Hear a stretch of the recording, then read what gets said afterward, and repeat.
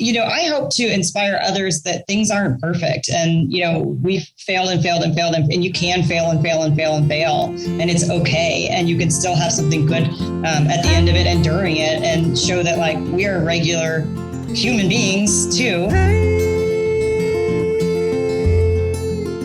Okay, listen guys, hot, fresh from the oven cookies and brownies for hungry treat lovers everywhere. And it all started with $20, a cell phone, and a dream. And I'm not talking about drugs. I'm talking about cookies. Today's conversation is with my buddies who I went to high school with, founders of Tiff's Treats, Leon and Tiffany Chen. Enjoy this conversation. Hey friends, I'm Chris Bennett, and I'm here with my beautiful wife, Julie. Hey everyone. Together, we're going to explore the life-changing power of family. So pull up a chair, grab a cup of coffee, and join us on Finding Family.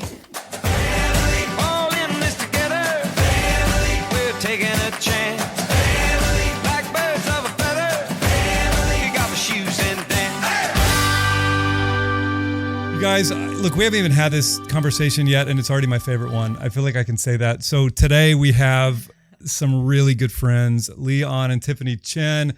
They are the founders and the CEOs for Tiff's Treats, and we're going to get into their whole crazy story and leading up to their book that just came out. But first, wanted to say thank you guys so much for joining us. We're so excited. Oh, thanks for having us on. Yeah, Chris, Julie, I mean, this is, if we weren't recording this or anything at all, this is still like an honor to just be able to hang out again. No. We feel the same way. And so a little backstory, I grew up in Richardson, Texas, and went to high school with you guys. Leon, I was a bell guard, but weren't you a bell guard as well? No, I wouldn't. You were I just never. Nothing against bell guards. I don't even know. Can't even remember what that is. Remind us what a bell guard was. Yeah. Guarding a bell sounds right, but I don't. Well, what was it? Nobody got near that bell. I'll tell you, when I was on watch, nobody touched that bell. I don't know what Dave was just asking me. What's a bell guard? I was like, it was like a wannabe cheerleader, but that doesn't sound great either. And by the way, I was at a Tesla store in Burbank 4 weeks ago, and I walked in and knew who I saw was Tommy Stockton. Oh, really? Oh, no way. That is a small world. Does he live there? No, he was there for like 2 days visiting a friend at that store in Burbank. Still lives in Dallas. So anyway, all the Bergner Rams circling back around. And Tiff, you were the head of the Bandoleros. If you want to explain what that is. Can I explain that as well? And that is a drill dance team. So there, I said that in two words. You never circle back to that guard. I'm gonna find some pictures. No, but so we do go way back. I mean, Leah and I were in a comedy troupe. We would dress up as women. It's a whole other thing. But I wanted to say this before we jump in and let you guys do the bulk of the talking is you guys have been part of our story, even though we haven't seen each other in years. I mean, Leon, I remember you drove to our wedding, drove hours and hours. When Julie was going to Spain, you guys invested in her trip to get her out to Spain. And then about a year and a half ago, when you and I were catching up and you told us about this book journey you guys were on, and you actually, as you heard our story, said, I want to connect you with our publisher. And I just want to say, like, you believing in us opened up all these things for the book that we're now writing, the things that we're actually doing. I just want to say you've actually been a really important part of it. I'm super grateful, man. Oh man, it's really all of you guys. You guys are the ones with the incredible journey, the incredible story. And you're the ones who impressed the heck out of the publisher. They were thanking me for connecting you guys. They were more excited about you guys than they were ever about us. I doubt that, but we thank you for here's this podcast is called Finding Family. And I'm like, the beauty of how people can be family when you haven't seen them for years.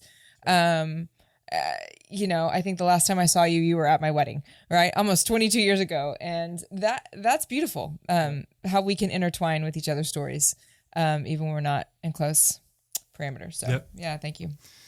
Well, why don't we hear the story? So I want to hear, tell our listeners a little bit about you guys and then kind of the formation of this little business called Tiff's Treats. Yeah. Well, as you said, we all went to high school together, the three of us, Chris, me, and Tiff. And Chris knows this because I had many a conversation with Chris while we were in high school, how much of a crush I had on Tiff for years and years and years, unrequited, many a time. Sometimes I feel like it was requited, if that's a word, but lots of no's on her end. But then college, I finally got her to go out with me. But then this whole business got started because she actually stood me up on a date. So right. So I guess I did stand him up on a date. And so it was my apology was to bake him cookies. Chris, I don't know if you remember this, but that was something I would do all the time in high school. For the drill team. For the drill team, I would bake cookies. Not the bell guards. Bell guards, yeah. And the bell guards, not to be forgotten. They were cool enough to get the cookies. And so, yes, I drove these cookies over to his house. And when I got there, I think they just so happened to still be warm by the time I reached him. And as soon as he took one bite, he was like, we have to do this as a business. We should deliver warm cookies straight out of the oven. Think of pizza delivery, but it'll be like cookie delivery. And I wasn't at all interested in doing that because we were sophomores in college. I was just trying to do the college thing. But he's like persistent. You know that about him, right? He's very persistent. So by the end of that day, we had decided to go into business. And 2 weeks later, we started it out of Leon's college apartment. Wow. Okay. So that was your sophomore year, right? Uh-huh. Okay. So Tiff, did you think like this is crazy or like, oh, this could actually work? I could see this happening. Well, the first 3 days after we opened, so what we did was we decided how we were going to box them and how we bought a cell phone so people could call and place their order. And then we printed up flyers from Kinko's and we canvassed the whole campus with these. And then we sat there for 3 days and nobody called. And so for those first 3 days, it's kind of like an I told you so moment. Stupid, yeah. I'm like, well, I was like, we had told some of our friends that we were doing this, so we couldn't just sort of slink away and nobody would know. Some people knew we were doing it, but we were certain that was it. Like it was over. And that's fine. But then on the third day, somebody did call and now we've been doing it for 23 years. Okay. I mean, okay. I just got to ask. So if there's a sophomore in college listening right now, what would you tell them if they're going, I have all these ideas, I'm terrified? What would you say to them? Yeah, I'd say you being terrified and you being a sophomore in college is going to be your biggest strength. We call it young, dumb, and naive. And if we didn't have that in us, if we sat down for a second and try to determine the odds of this thing working, we wouldn't have done it. I mean, it just you have to have that kind of energy where you're just not afraid. And so you gotta, and what you're lacking when you're young and a sophomore in college and with funds and connections and experience, you can make up for so much more with just the ability to just do it. So what about the people like myself who, about to turn 43 here in a couple weeks? You're not young, you're middle-aged, smart. That's right. So I may not be, I'm not as naive, right? I'm not as dumb, all the things. But I want to start something. I want to take a risk. What do you say to me who may have some more? I'm actually getting in the way because I'm not as risky. Risky? Is that what I'm saying? Anyway. Risk, your risk tolerance is lower. As anybody who's 43 versus somebody who's 19, our risk tolerance is pretty high at 19 because we're invincible. So good. And we're not at 43. And so you're going to have those fears no matter what. I think the big takeaway is do it. Or, you have to jump, you have to leap. If it's important to you, if you really, really want to do it, number one. Number two, if it's something that you can truly put focus on, because if it's not, and it can't be one of the top couple priorities in your life, then you're going to have a hard time succeeding at it. So if it's going to be like way down on your priority list, but you're trying to do it anyway, and you're trying to juggle and be amazing at 10 or 15 things at once, I can't do that for sure. I'm a little bit more of I have to focus on one thing at a time. But I think it's probably a good takeaway for anybody that you're always going to have multiple priorities, especially as you get older. But if this can't be one of the top ones, it's going to be tough to make it really good.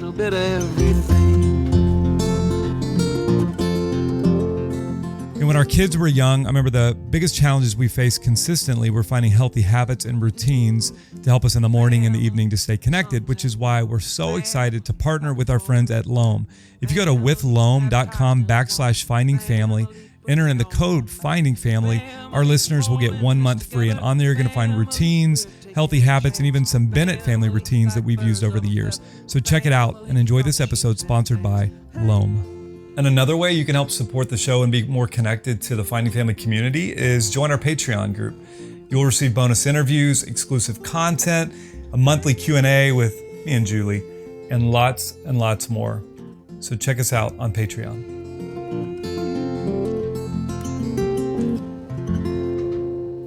It's really good. So, I think currently, is this accurate? You guys, 76 stores, or how many are there currently? Yeah, 76. We just opened on Monday, number 76. Wow. And 1,700 employees? Yes. And it all started your sophomore year because you stood up Leon for a date. Amazing. I would love to know for you guys though, because any story you hear this amazing outcome, and I mean, if we had more time, you guys could talk about, man, it's still really freaking hard, and it's like you haven't arrived somewhere, right? When you have a big vision and something you're moving toward, but what's kept you guys in it? Because I'm sure you never imagined at the beginning, okay, one day it's gonna look like this. It seems like people with big vision, you probably outpunted even what you dreamed. But what's kind of kept you guys from giving up? And was there a moment you maybe hit that wall and you're like, I don't know if we want to keep doing this thing? Yeah. I think we hit that wall plenty of times in a small way. For me, I think what keeps us going on is that we haven't achieved yet what we want to achieve, but there's so much more that we can achieve ahead of us. Yeah, the potential. Yeah. We want to see the potential through. I think if we knew there was a ceiling and we were close to it, it'd be like easy to be like, okay, that's fine. But we know the potential of what we're building, and now it's to the point where the younger selves would be like, I'd give anything to be in the position you're in at this age, at this stage. But then when we're finally here, it's like, what's next? Because look, if we stop now, then it may be more than we ever thought, but it's way less than what we know the potential could be. That's amazing. I know the product is amazing. I've had your cookies. I actually want some right now. Do you deliver to Burbank is my first question. And when are you going to open a storefront in Burbank? Is that a thing? Probably on number 2, but it's not on our short list yet, but we want to open stores everywhere. So certainly Burbank would be on that list. We can't get you warm cookies. You can order our cookie dough and we can ship it nationwide. So it's this little take and bake kit. It's actually really pretty and you can gift it as well. But that way you can bake them yourself and make your own warm cookies, which is super easy. You just pop out the little cookie dough ball and put it on the tray and it's done. Love that. All right. So, sorry, can I say one more? Go ahead. I know you believe in what you're doing, but I would imagine you're thinking beyond just cookies. Like I'm thinking, what's the why behind what you guys do that keeps you like in it and motivated? Yeah, it's for us early on. It was about cookies early on, and that's why the title of our book is called "It's Not Just Cookies," is because we actually learned by being in business that people were using us not for the warm bake to order warm cookie delivery by itself. I mean, yes, that is something that people want, but it was actually the moments that people would share when they had their cookies together, when they had our cookies together, or when they sent the cookies as a gift. We would have people telling us that their favorite or first Tiff Treats experience would be when they had their firstborn, and their sister-in-law at the end of the day sent them a box of hot cookies, and they're at the hospital and they'll never forget that moment. And so what we realized is it's really rare for a brand to be able to sneak into what is someone's best moment of their life. But we get to do that, and we get to connect people, whether it's together or when people are sending gifts from afar. That's awesome. So do you have people reach out, or how are you finding these stories? Because I bet there's a million of them, right? There are, and they do reach out. It's interesting that people want to share. That's what's so cool about our jobs, is that people want to share these heartwarming stories with the team, with strangers. So they'll either email, they'll post it on social, but they'll contact us with these, and we do get them every day. We shared some of our favorites in the book, because that was one of the fun things about it, is we could sprinkle these stories throughout the book. And we share this internally, someone will get one, and we have internal messaging for the company. They'll send it out and you'll see people like crying at their desks because it just, these moments are so incredibly sweet. And that becomes the why, that becomes the purpose of people who work here. It's not just about the paycheck. It's about being able to spread some love in this world right now. As you guys know, the world is so divisive. You throw a subject up there and you're going to have people tear each other's heads off one way or the other. But because of what we do, we get to see that human nature is still by default good every single day. And I think we might be one of the few fortunate people that we get to see that every single day in the orders we take. Yeah. One thing that's interesting over time that we learned was when people meet us, they almost always, if they've had Tiff treats before, they tell us their first Tiff treats or their favorite Tiff treats experience. And they're not talking about the product, although it's kind of like a backdrop to it. The product has to be great, but they're talking about something and how it made them feel. And like they have this big smile and they have this memory of Tiff treats, and Tiff treats was there for this and this and this. And that's really what it is. Like that's the magic. Yeah. How do you guys create that culture in your staff? You have 1,700 employees. And I know those employees are all spread out, but what does that look like in the culture? How you build family, how you create moments in that context on the inside? Yeah, that's tough to do.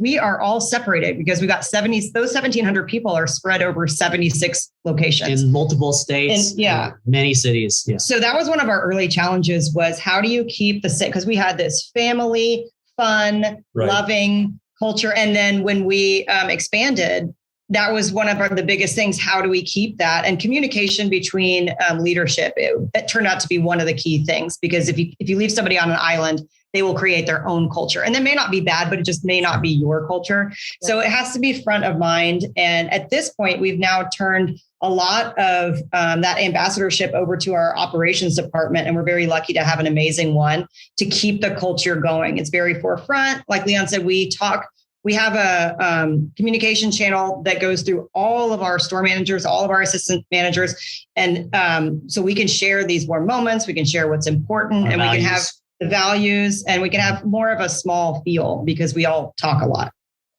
What's the most, I love it. What's the most inspiring thing you wrote in your book in reflection? Wow. It's kind of cool right now. The book's only been out a week and we've had people comment and their favorite parts are all different. Like, it's really cool. Like someone will pick a sentence that I don't even remember writing and then they'll be like, this was my favorite part, Most inspiring for us, obviously, would be the customer stories. Some of the best ones. I'll do a real quick one that's in the book. From a long time ago, we had a store manager named Lindsay. She was taking an order. Someone called in an order. That's how long we've been around. Someone, instead of placing it online or on an app, customer was calling in. Lindsay got to talking to the customer, and the customer was an admin at one of the downtown offices here in Austin. So Lindsay's like, hey, what are you guys ordering for today? The admin says, I'm ordering because that it's raining today. And every time it rains, our boss here at the office tells us the exact same story all the time.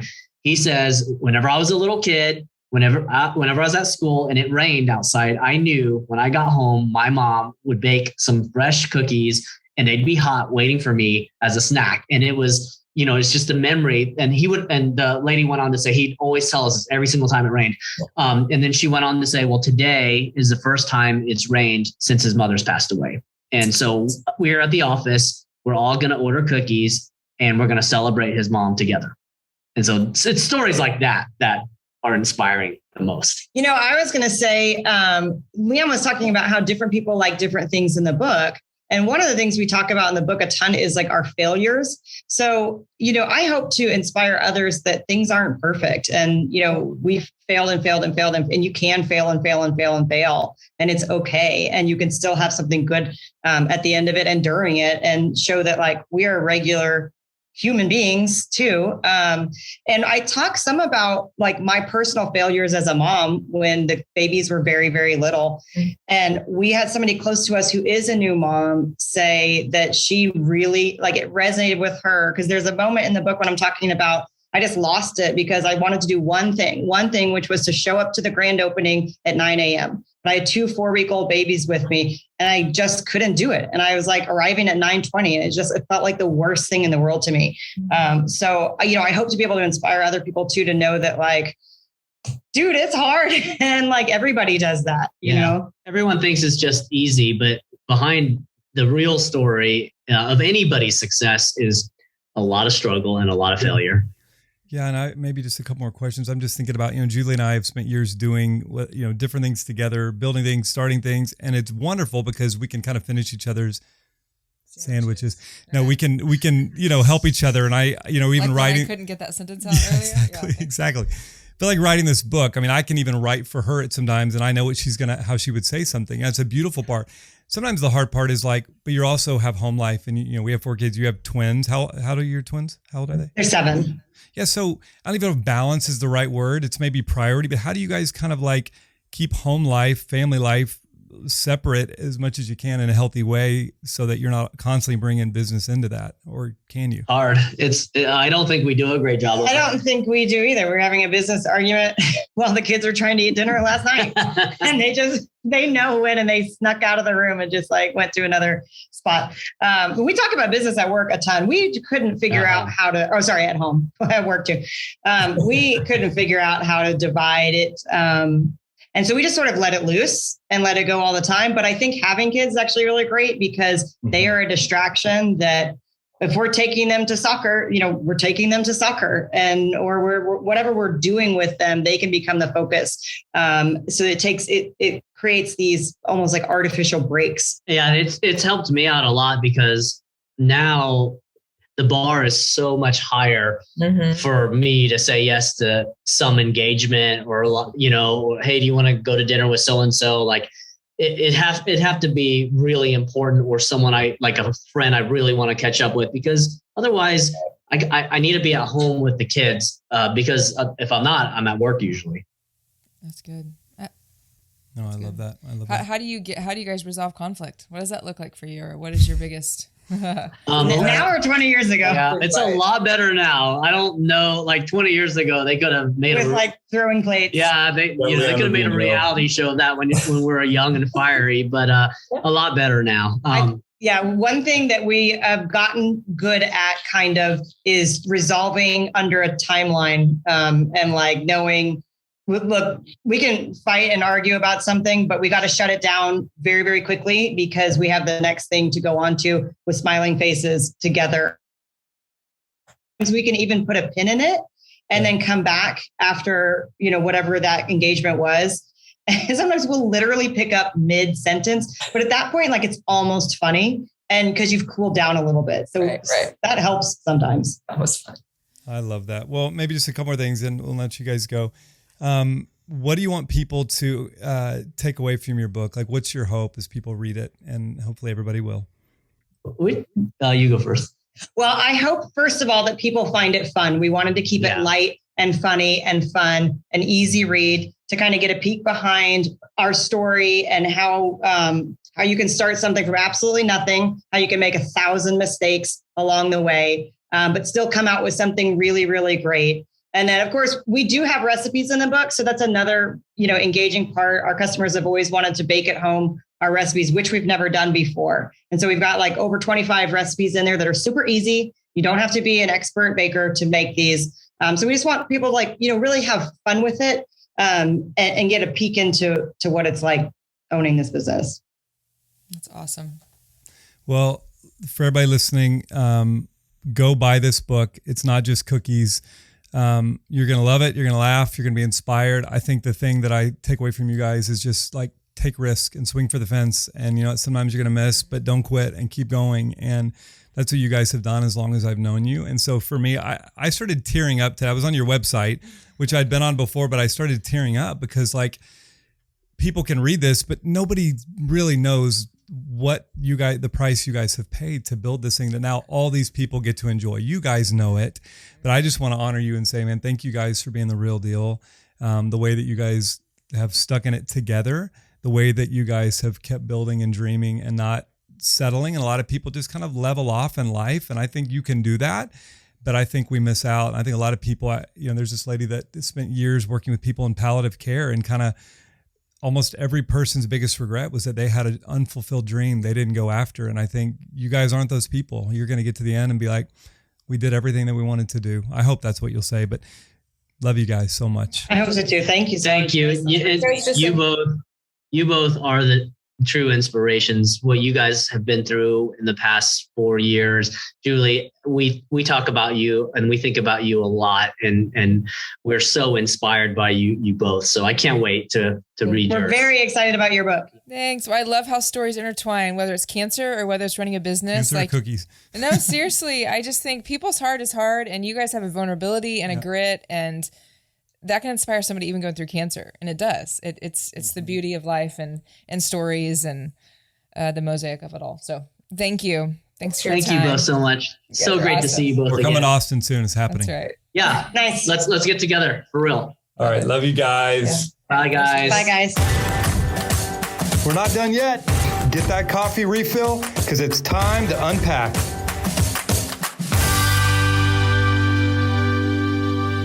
How awesome are Leon and Tiff? They're awesome.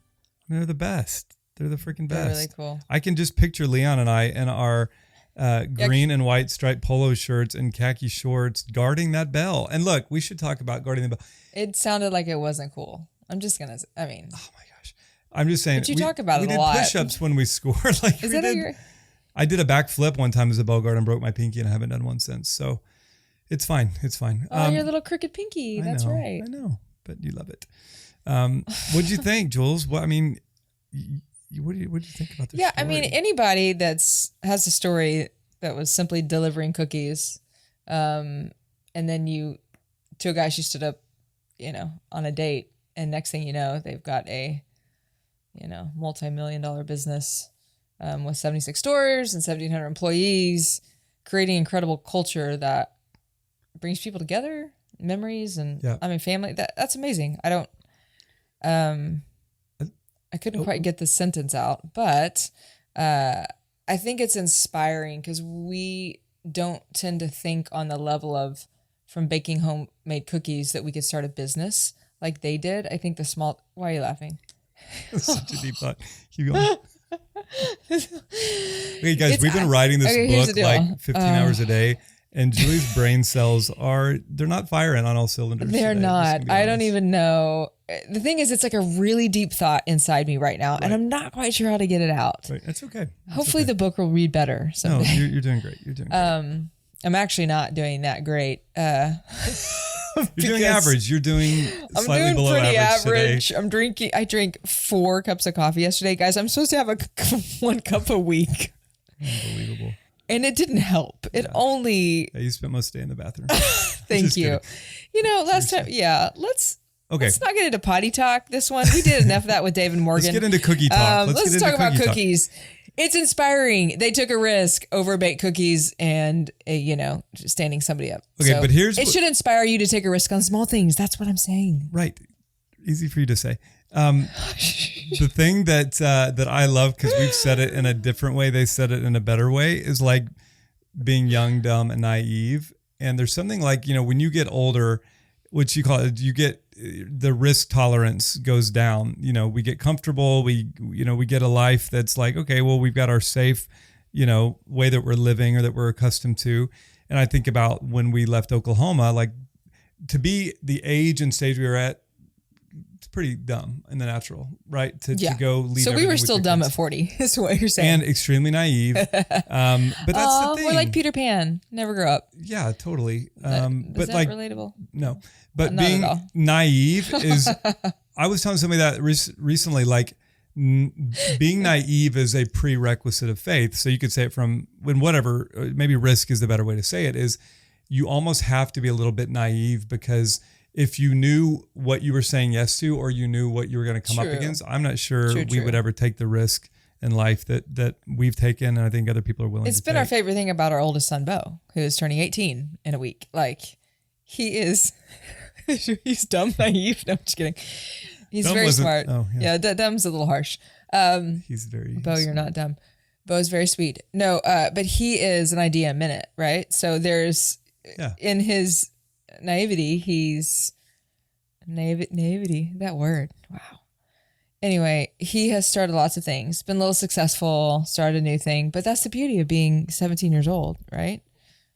And it's how we like figure stuff out. I mean, you try stuff, and I think that's the thing is like, I want to always try new things. That when I hear them and you think, okay, they've arrived, like a lot of people would to achieve what they've achieved at their age and stage of life, you're like, man, just coast. And the fact that they're like wanting to keep growing and expanding. Yes, but if you compare their story and go, well, I don't think that can ever happen. That's like really rare. Well, maybe so, but risking's always worth it. Even if you have 2 employees or if your business looks totally different and it lasts for 5 years and you move on to something else, like you can't look at it that way. If I don't do that, then I shouldn't do it. Yeah. No.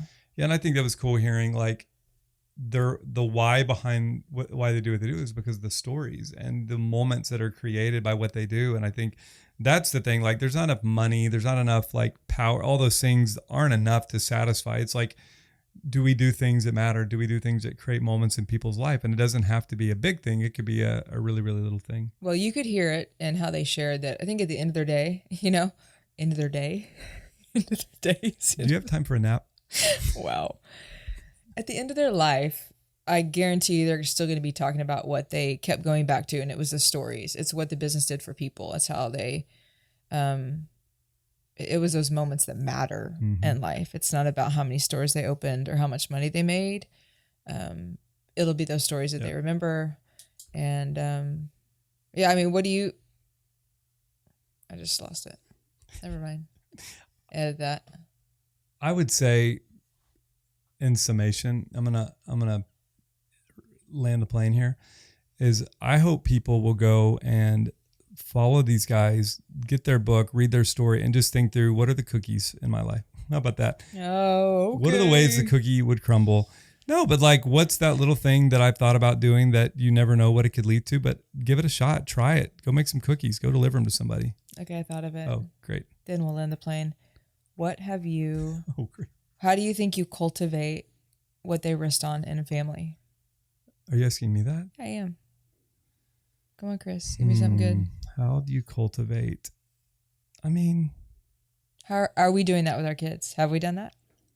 I mean, that's a family value. We actually just wrote about it. We had to whittle down like 11 we wrote down. Well, I think... And then what are the 4 things that we do as a family? That's like, we take risks. Yeah. That's what we do. I mean, I think getting our kids to just try new things. I think, each of our kids could say, I do this one thing and I really like it and it's kind of easy for me. But also we've realized, no, they need to try new things. And one of our kids we were talking about we just, kind of gave this away, but idea a minute is like, no, but you need to do something that's going to force you to follow through with something and not just start something, but to actually work through and finish it. So I think those areas we can get better in. Yep. And when it doesn't work, get up and try again. Word.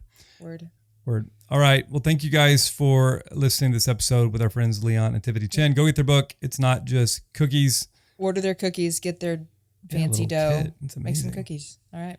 See you next time, or you'll hear us next time on the Finding Family podcast. I'm going to take a nap now. Bye. Thank you so much for listening today. The best way you can help us get this message of family out to the world is by taking a minute to subscribe, leave a rating and review, and please share. You can also visit our site, findingfamilypodcast.com, and follow us on Instagram to stay connected. And one more thing. Have you ever listened to an episode and found yourself wanting to hear more from our guests or thought, man, I'd sure love to get more connected with Chris and Julie? I know you have. If so, you can become a member of our Finding Family Patreon and receive exclusive content and ways to interact with us and our community. Just go to findingfamilypodcast.com and subscribe. Thanks again to our sponsors at Loam. You can learn more by going to withloam.com/findingfamily. This episode was produced by Dave Hanso and edited by Will Cotterall and is a production of Welcome Home Entertainment. Original music written and performed by Drew Holcomb.